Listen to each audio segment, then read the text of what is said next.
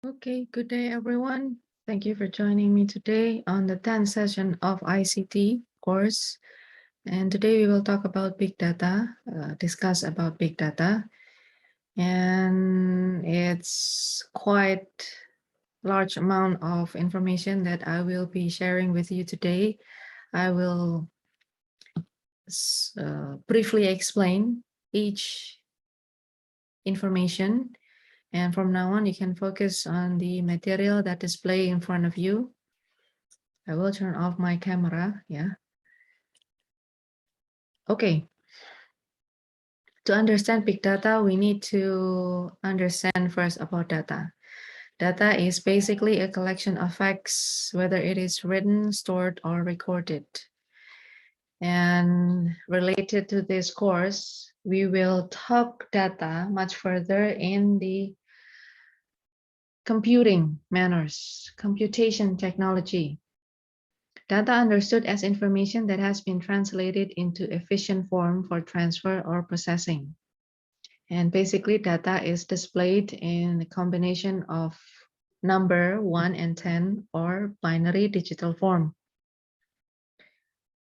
Before become big data, the data start from the very basic form. Yeah. It is known as raw data or data mentah or primary data. Jadi data itu dimulai dari informasi. Informasi yang diinput ke dalam suatu sistem, kemudian diproses ya. Dalam proses itu akan dipilah mana yang berguna, mana yang tidak. Hasil akhir atau output dari proses ini berbentuk data, yaitu informasi yang bisa digunakan atau informasi yang memiliki valuasi. This variables is related to data, and we also have several types of data. As you can see, we have so many format of data. And as you will be preparing to write your own thesis, yeah, you will be dealing with data, whether it is qualitative or quantitative. It is defined by the research methodology that you've been chosen to conduct your research. You will deal with this in the near future, yeah, to prepare on your thesis. Data processing is actually quite simple process. It consists of 3 phases, terdiri dari 3 fase, input, process, and output. The input will contain all information and facts. And inside the processing system, those facts will be divided into the useful one and the non-useful one. The output or the outcome will formed in data. Data could also be understood as useful information or information that has its own valuation. Jadi data itu juga bisa dipahami sebagai informasi yang berguna atau informasi yang punya valuasi. Karena setelah diproses, dipilah dan dipilih, itu akan mengklasifikasi informasi menjadi informasi yang bisa digunakan dan informasi yang tidak digunakan. Hasilnya adalah data informasi yang bisa digunakan untuk apa? Contoh, dalam konteks pemerintahan untuk mengambil langkah strategis dalam membuat suatu regulasi, misalnya. This would be also the data processing phases, ya. The creation of data itself starting from the very early era, when humans already discovered about documentation and calculation on the very basic manners. For example, this would be the data discovered in the before Christ era from Egypt. This data consists of hieroglyph and pictograph that depicts the building process of pyramid for a pharaoh. Ini data merupakan kombinasi hieroglif dan piktograf yang menggambarkan proses pembangunan piramid untuk seorang kaisar atau seorang Firaun. Ya, data sebelum Masehi itu sudah ada. We will continue by the data in the World War era. This would be example of cartograph data that divided American regions. Because on the early World War era, First World War era, Amerika actually colonized by the Europeans. Contoh ini adalah data kartograf berbentuk peta yang menggambarkan pembagian wilayah Amerika karena proses kolonisasi negara-negara di Eropa ya. Karena Amerika memang negara hasil kolonisasi pendatang dari Eropa ya. Makanya di sini ada beberapa warna yang menandai wilayah. Ini hasil dari pembagian wilayah berdasarkan kesepakatan hukum tertentu pada waktu itu. This would be the first inventor of computer prototype called Enigma. Alan Turing is the inventor and Enigma is the invention. Enigma is prototype for computer. The function of Enigma itself is to decode secret information to counter-attack enemy strategies. Jadi Alan Turing waktu itu dipekerjakan oleh salah satu negara, saya lupa, tapi kalau Alan Turing ini berkebangsaan Inggris ya, dia menemukan Enigma. Enigma ini adalah prototipe komputer yang hasilnya kurang lebih seperti ini, Mbak Mas. Kita bisa membaca informasi yang ditransmisikan lewat telegraf. Enigma fungsinya adalah untuk mengcounter atau mengintercept atau menghadang informasi tersebut, dan informasi ini disimpan. Ya, bentuk penyimpanannya kurang lebih seperti ini cara kerjanya. Jadi informasi yang atau angka huruf yang dilubangi ini adalah informasi yang perlu kita baca. Cara membacanya pun ada sendiri. Ini adalah output dari processing Enigma tadi ya. Cuma Enigma tadi kombinasi antara huruf dan angka. And then from the very basic storage or documentation, for example, punch card that we have here, yeah, human realize that we need bigger storage, bigger capacity to record and process our data. Jadi ada transisi ya dari data analog yang biasanya jumlah datanya terbatas karena tempat penyimpanannya terbatas. Contoh yang paling mudah adalah business card. Kalau kita ingin menyimpan lebih banyak data, tidak hanya satu, maka kita pakai ini, Rolodex. Rolodex ini manajemen data yang paling sederhana ya, menyimpan data berdasarkan urutan abjad. Ini adalah penyimpanan analog. Kemudian, that's the moment we realize that we need a computer, because we need much more storage space and much more data to store. Ya. Computer able to present larger amounts and more diverse data, and also able to store large amount of data, whether it is using physical storage or cloud services. Jadi kontribusi komputer ini mampu mencari, menghadirkan, mentransform sejumlah besar data yang variasinya juga sangat banyak, yang kemudian itu disimpan dengan menggunakan teknologi komputasi juga. Baik itu penyimpanan fisik, misalnya USB stick atau flash disk ya, atau external hard drive, atau RAM di komputer, ya, memori di komputer.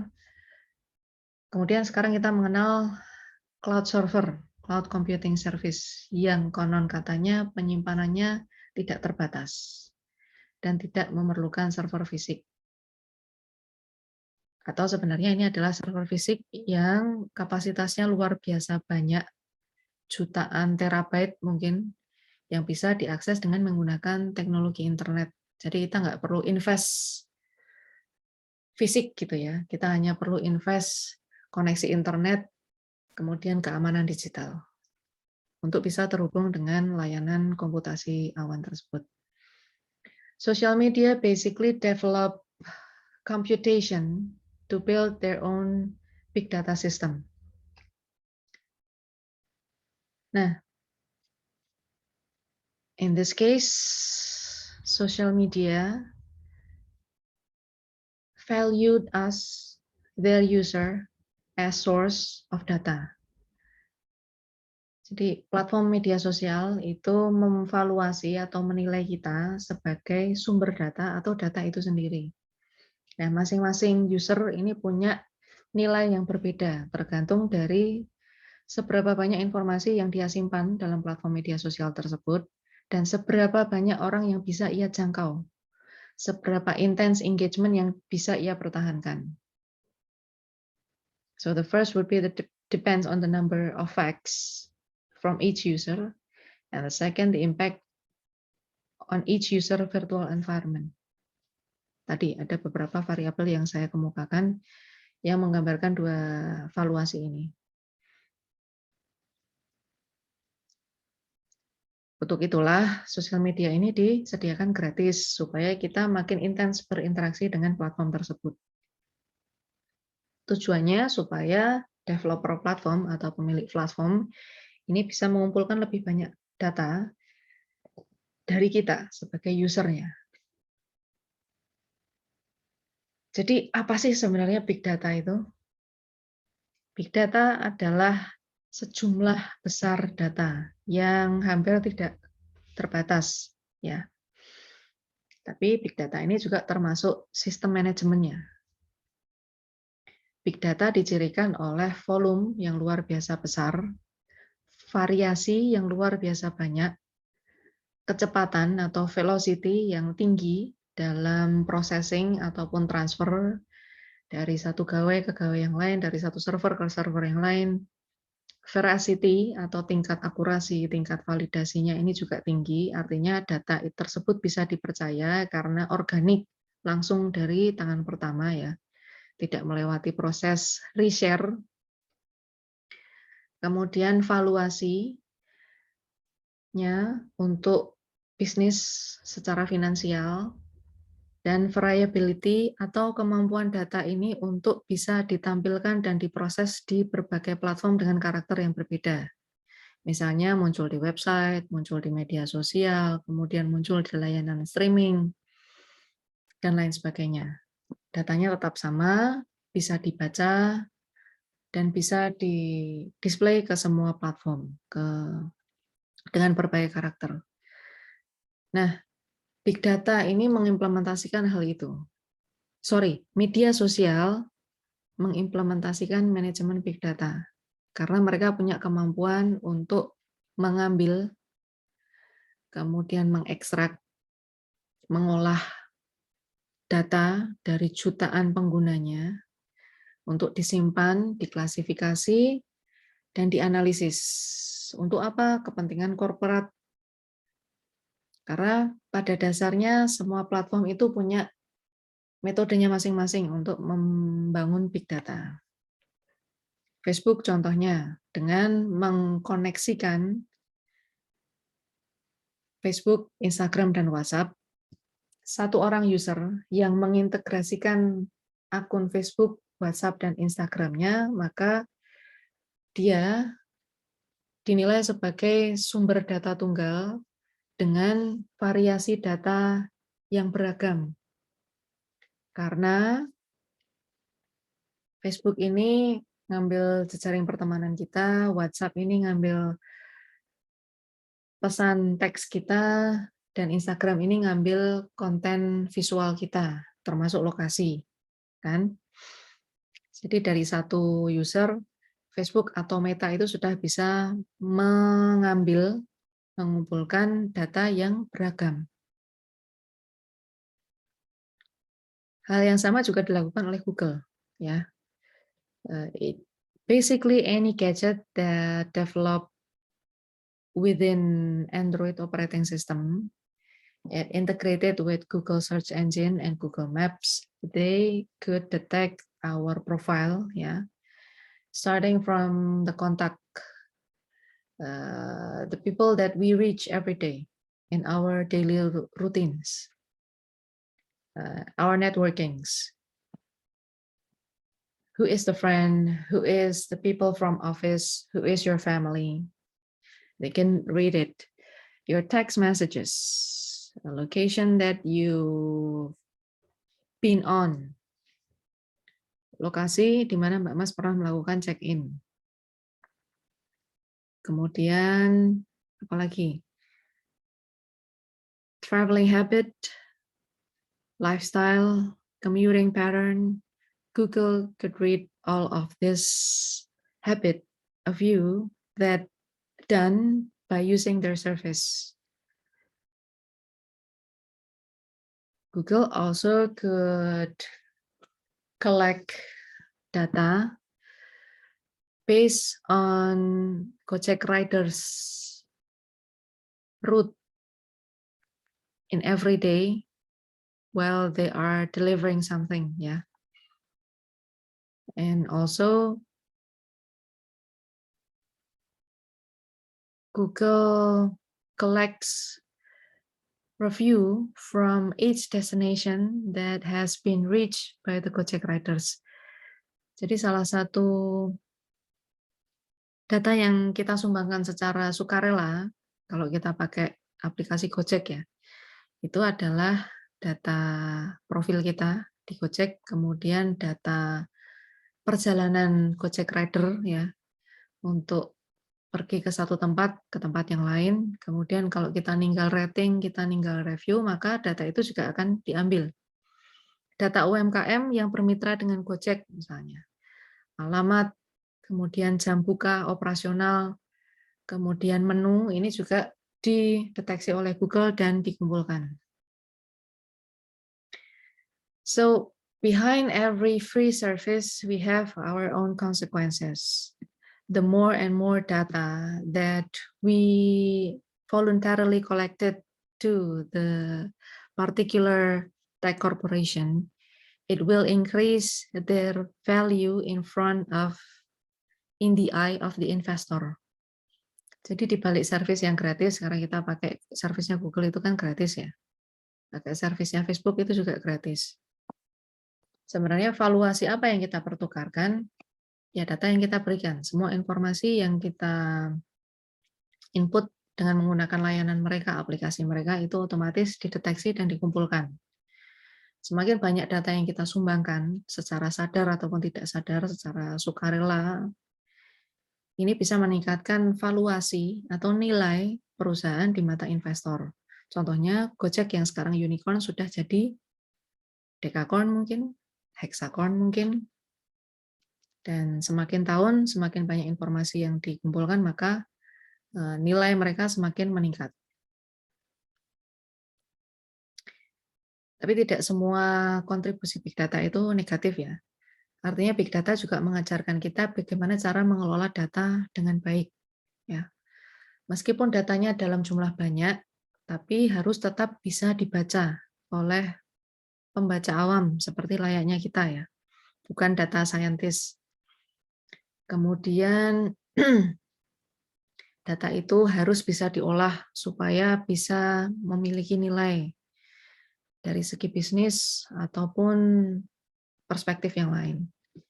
Here we have a portal that developed in the beta phase by our government, that basically to support public transparency. So public, they can access information is provided by the government. the portal itself called Satu Data Indonesia, and you can access it from data.go.id. Nah, ini pembahasan dari ilmu komputer ya sebenarnya. Pemrosesan big data ini mulai dari menginput beragam informasi. Dari beragam informasi yang diinput ke dalam suatu sistem, maka sistem tugasnya mengekstrak atau memilah mana yang informasi yang berguna, mana informasi yang tidak. Informasi yang berguna ini kemudian ditransform, diubah bentuk menjadi data yang sistematis, data yang disusun secara berurutan, data yang mudah dibaca, data yang mudah dicari, mudah ditemukan gitu ya, dari sejumlah besar data ya.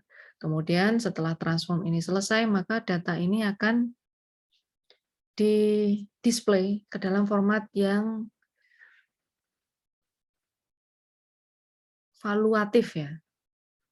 Format yang bisa mendorong kita untuk mengambil langkah strategis, langkah tindak lanjut. Datanya kayak gini nih, jadi sekarang kita harus ngapain? Misalnya gitu ya. Dan biasanya bentuknya adalah laporan, grafik, atau tabel, atau chart, infografis. Kalau Mbak Mas memang tertarik dengan big data ini ya, dalam hal manajemen ataupun data itu sendiri, Mbak Mas bisa cek Kompas Litbang, yang salah satu produknya adalah Kompas Infografis ya.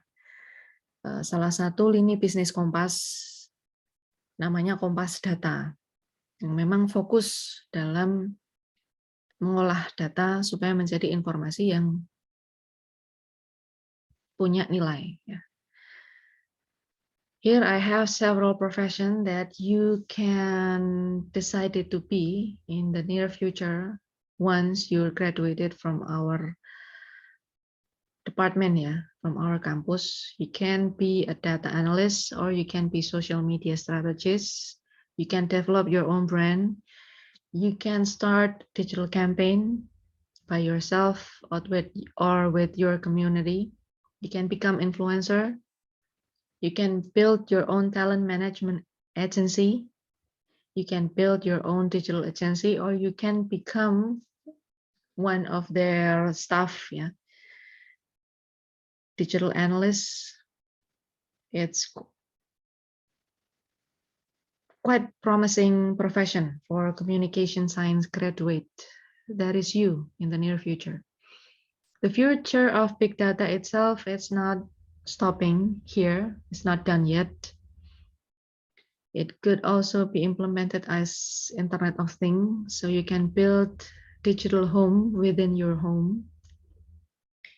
It could also be developed as one of the e-government services to support public transparency, yeah, so people could easily access government information for their own benefit.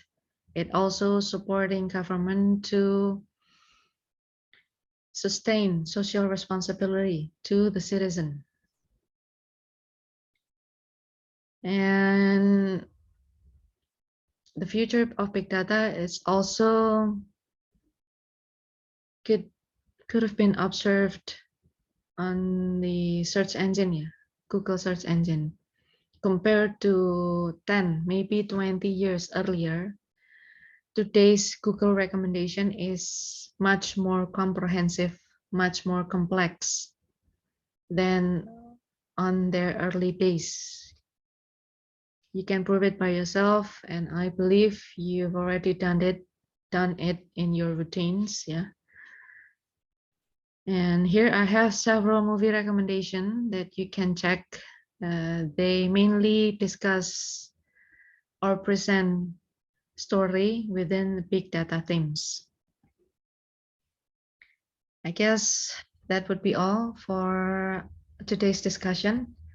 I'll be seeing you in another session of ICT course, yeah. Thank you for joining me today. Billahi taufiq wal hidayah. Assalamualaikum warahmatullahi wabarakatuh. Salam sejahtera. Stay safe, everyone.